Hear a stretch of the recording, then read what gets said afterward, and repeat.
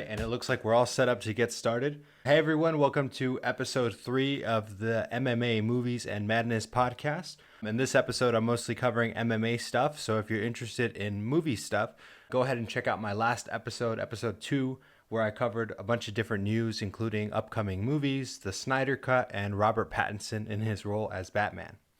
For this episode, I mostly was going to cover the Tyron Woodley versus Gilbert Burns fight. It's a fight that just happened last night. Watched it with my family here at home, and it was a good break from all the really intense stuff that's going on in the news right now. 2020 has been a pretty crazy start. I was just talking to my girlfriend about it. You know, we started listing all the things that have gone on this year already. The Australian wildfires, the impeachment of a US president, Kobe Bryant died, the coronavirus is going on, there's that awful killing that happened in Minneapolis, and now all these protests and now riots happening. It's a wild time. So I'm glad that I had some time yesterday to just hang out with my family, relax, and kind of get our mind off things. But anyway, this is a MMA movies and some extra stuff channel. I'm not going to really cover the news too much. We'll go ahead and get right into the MMA topics. Tyron Woodley versus Gilbert Burns. So originally in March, Tyron Woodley was supposed to fight Leon Edwards. That fight was canceled due to very obvious reasons. And after that, Leon Edwards kind of got stuck in the UK due to travel restrictions. So they had to find a different opponent for Tyron Woodley, and they decided to set on Gilbert Burns. So as of that moment, Gilbert Burns comes in as next in line to take on the former champ. He came into the fight as a bit of a dark horse. I heard Chael Sonnen talk about him a little bit heading into the fight, and I agree with his take on dark horse. I define a dark horse as a person, or I guess party, because it can happen in any situation, that is in running for something but isn't expected to win, but is very much capable of doing so. And that definitely is Gilbert Burns. I mean, in retrospect, it's easy to say that now that we saw the results of the fight last night, but even leading up to it, he wasn't an opponent to be underestimated. Regardless of me saying that he was an opponent that was underestimated, a lot of people saw it as kind of a light main event to tune into for the fight night.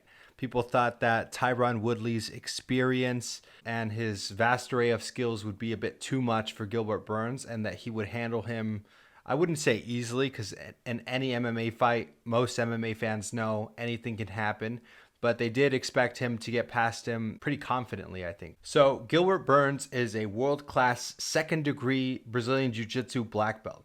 He's a decorated champion in the sport with multiple world championships, including winning the Abu Dhabi tournament back in 2010. I know that doesn't always translate to MMA. There have been plenty of Brazilian Jiu-Jitsu phenoms who try to transition into MMA, and their skills don't necessarily seem to translate.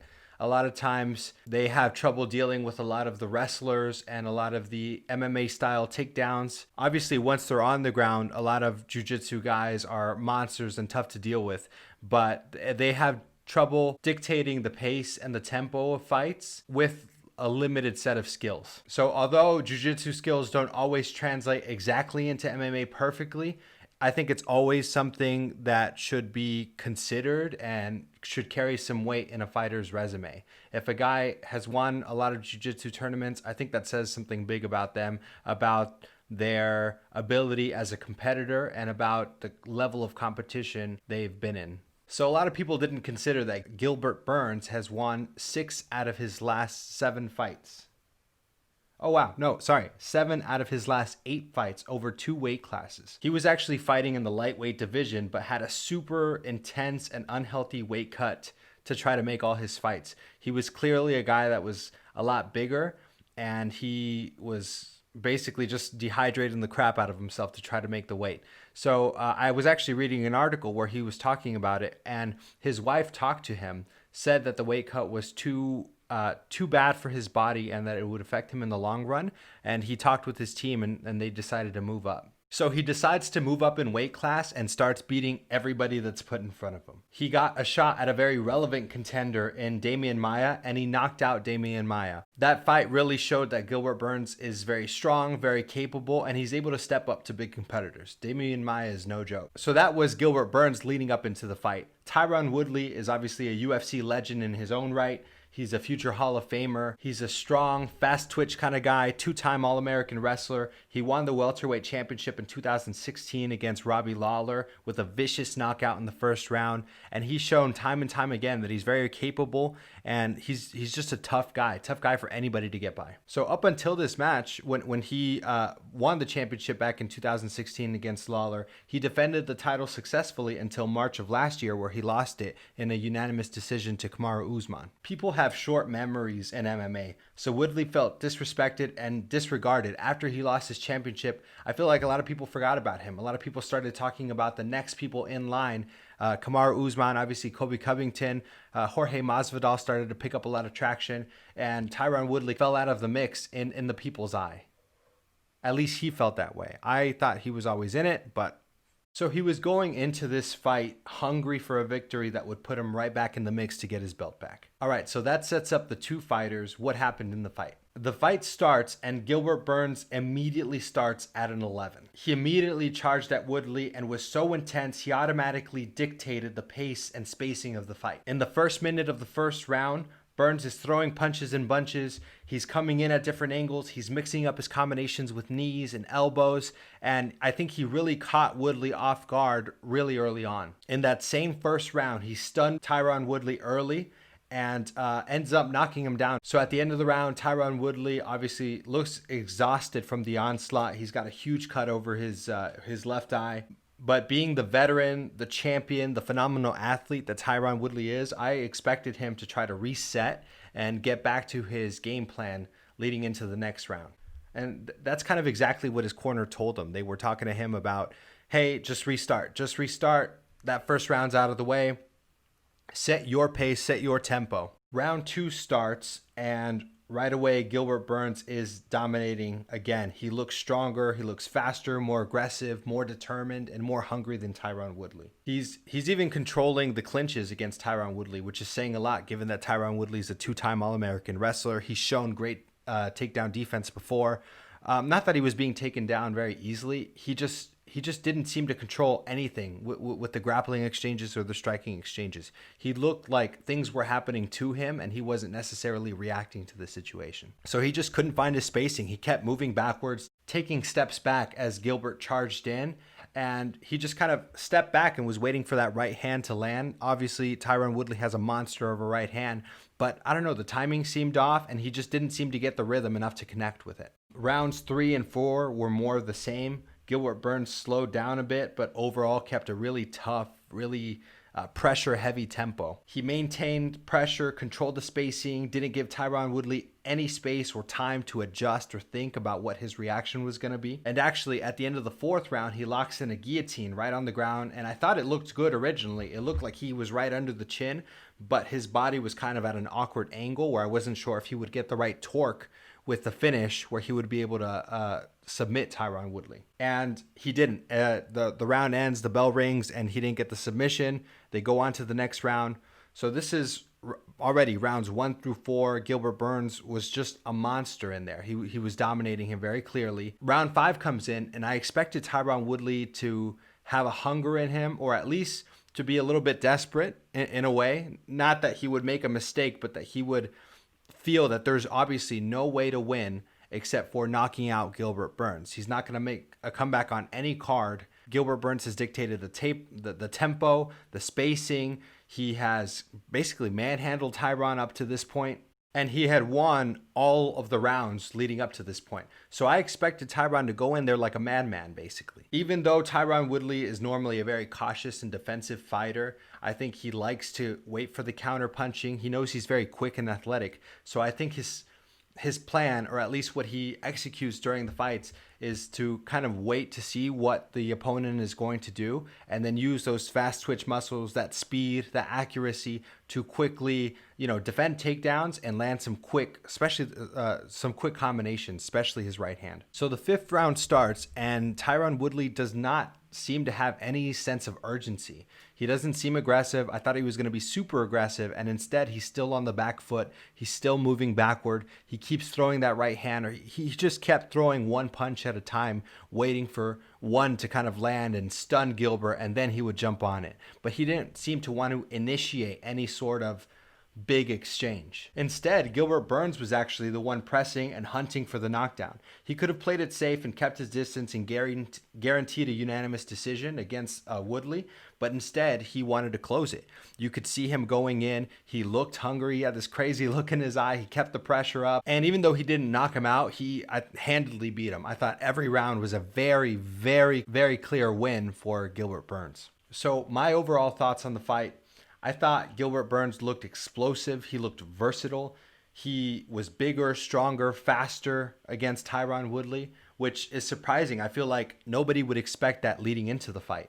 Gilbert Burns has just come up from a lighter weight class, and Tyron has always been a pretty big welterweight.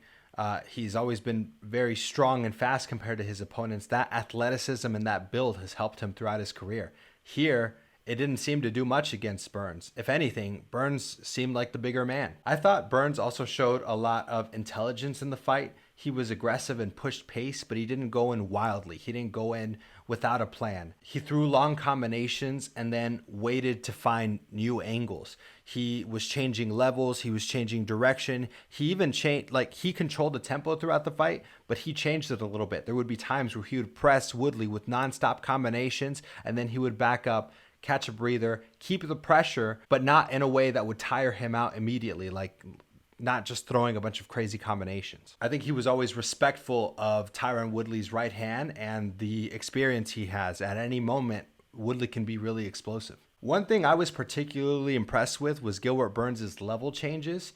For those of you that know wrestling or grappling, you want to try to change the angle at which you're coming in, especially with takedowns. And Gilbert Burns did this thing where he was faking a punch and immediately dipped down right as Tyron Woodley would throw a hook. So he would fake, duck down under the hook, and immediately go for the takedown. And he did it beautifully. He did it 2 or 3 times in the fight, timed it perfectly. So after the fight, Gilbert Burns did some interviews and didn't look tired. In one of the interviews with the ESPN reporter, he said he felt like he could do more rounds. He even said, I'm going to go do some push-ups after this fight. I know he was probably joking, but he actually looked like he could go ahead and do another workout or go some more rounds. Fighters are always saying, oh yeah, I could go more rounds. I could have gone longer. I think it's a pride thing, and it shows that you are very mentally strong. But Gilbert Burns actually looked like a fighter who could fight a whole other fight, or at least half another fight after this one. So Burns looked great and deserves his praise for the performance. I don't want to jump the gun or be a prisoner of the moment, but Tyron Woodley looked really unmotivated to me. I think he still looks in shape. He still looks strong, fast. He just didn't seem to want it. In those moments where there wasn't much of a choice and there seemed to be a natural situation for urgency, he didn't press. He didn't initiate combos. He didn't initiate the attack. He was still on his back foot. I just thought there was a real lack of hunger in this fight and a lack of a game plan from Tyron Woodley, or at least a lack of an execution for a game plan. It didn't look like he was trying to establish his plan. It looked like, and this is definitely something that he's done before. He has a defensive style, and obviously Gilbert Burns was good enough to not let him have that style, or at least be successful in that style. But I thought, especially in the 5th round, Tyron Woodley definitely should have tried something. He should have been more aggressive. He should have shot some more takedowns. Gilbert Burns was the one that had 2 takedowns against him, despite the fact that Tyron Woodley is the one who's the 2-time All-American wrestler. I think if Tyron Woodley doesn't do something about this, he'll end up being a sort of gatekeeper in that division. I actually saw that comment on Twitter about somebody saying that Tyron Woodley is going to be the guy that young up-and-coming fighters have to face to kind of prove themselves in the division. And I see that happening. I think if he doesn't pick it up, he's not only not going to be in contention, he's going to be that guy, that veteran fighter that younger guys have to beat to get to the big dogs, basically. And, no disrespect to Tyron Woodley. He's obviously a legend. He could retire today and have a legendary career that many will respect. I just think there's no point in competing and injuring yourself and, potentially getting in messy situations if you're not going to have the full hunger and passion and motivation to do it. Or maybe his camp just needs to find a new angle, try to, not necessarily change his style, because obviously his style has been successful. He's been a champion for a long time. I just think that they should think about ways where they'll be able to press more, to just be a little bit more creative, I think, in his fights. So What does this mean for the welterweight division? This division is so stacked right now, it's ridiculous. So just so we can map it out so everybody understands, Kamaru Usman is the champion, right? He just beat Colby Covington. Colby Covington is obviously still in title contention. He's still a great fighter, and I think he has the potential to be champion, but he's kind of on ice right now until the UFC decides what they want, how they want to match him up. Leon Edwards is a guy that I think is next in line for this title. He's on an 8-fight win streak. And don't forget, Leon Edwards is the guy who was supposed to face Tyron Woodley in the first place. Leon Edwards is also strong, explosive, and would be a good matchup for Usman.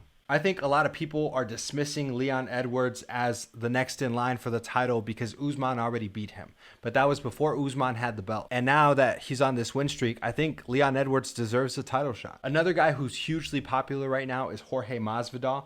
Jorge Masvidal beat Ben Askren, Darren Till, and Nate Diaz recently, all in really dominating fashion. He's been on a roll, but seems a little bit more concerned right now with a big money fight instead of the UFC title. There were even reports that they offered him a fight against Kamaru Usman for the belt, and he rejected them. On Twitter, he's been calling out Conor McGregor, he's been calling out Nate Diaz, and a lot of frankly smaller fighters who I think he thinks he can win pretty handedly, and I would agree he can. So I think he's kind of pulling himself out of title contention. I don't know if it's a good or bad decision. You know, he's very popular right now. He's making a lot of money, and his next fight is probably going to make a ton of money. So I don't think there's anything wrong with wanting to make some money and have some fights that you can win pretty comfortably. And now Gilbert Burns has thrown himself in the mix. He's now 4-0 in the welterweight division, won 7 of his last 8 fights. He's solid everywhere, excellent cage presence, fast aggressive pace, excellent ground game, and powerful striking. I don't think he jumps in front of Edwards, but he's definitely in the top 5 right now. So we have Usman, Edwards, Colby, Masvidal, and Burns. Masvidal is very exciting, but if he wants a money fight against a smaller man, he can get Diaz or McGregor. I have no problem with that. I think they'd be good fights. I think he'd win, but I don't think they'd be a walk in the park, obviously. I think they'd be really tough and really entertaining to watch. If he wants a fight against a smaller man for a lot more money, you know, power to him. I would like to see Leon Edwards versus Kamaru Usman for the belt, and then Colby Covington versus Gilbert Burns, and then the winners face each other. Boom, matchmaker. Call me up, Dana. Put me in as a UFC matchmaker. I'm ready. Okay, so that was UFC Fight Night coverage. Next week, we have UFC 250 on pay-per-view. Amanda Nunes is headlining against Felicia Spencer. Nunes is a monster, a legend. I expect her to win and continue establishing herself as the greatest female fighter to ever do it. Felicia Spencer should not be taken lightly, though. She's scrappy. She's tough as hell. She's no joke. I think she's going to put up a really good fight, and if Amanda Nunes isn't on her A game,